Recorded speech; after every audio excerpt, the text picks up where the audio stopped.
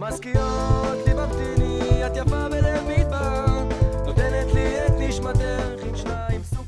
Shalom Uvracha, Be'ezrat Hashem, on est la veille de Yom Kippourim, le grand pardon, le jour. Vous savez qu'il y a un traité dans le Talmud qui s'appelle Masechet Yoma. Yoma, le jour par excellence avec un J majuscule, le grand jour, le jour le plus important de l'année qui va en fait nous remettre sur les rails. Parce que de temps en temps, avouons-le, on déraille, on n'est pas tellement concentré vers notre mission, vers notre...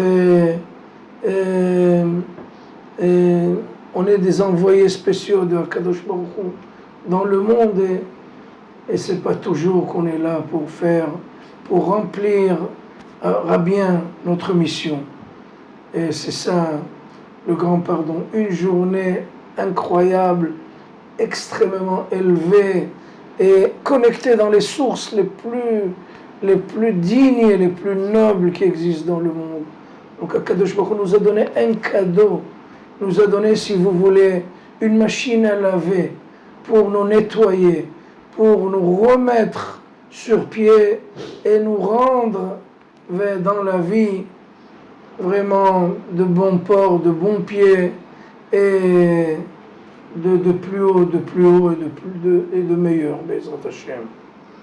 Donc c'est ça le grand pardon, Yom Kippourim, une journée qu'il faut véritablement exploiter, il faut la prendre à deux mains et vraiment dire à Kadosh Baruch Hu, merci pour ce cadeau, pour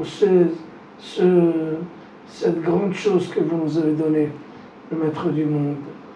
Dans les Selichot qu'on dit à Kippour, on dit très souvent Avinu Malkenu, notre Père et notre Roi. C'est bizarre, mais ça ne suffisait pas de dire notre Père ou notre Roi. Pourquoi il fallait ces deux notions? Avinu Malkenu, Seigneur et Papa. Pourquoi il fallait ces deux? Pour comprendre ça, il faut savoir ajouter une petite notion. Un roi n'a pas droit de pardonner parce que c'est la royauté. La royauté, c'est pas à lui, c'est au peuple. Le royaume, c'est pas quelque chose qui lui appartient exclusivement.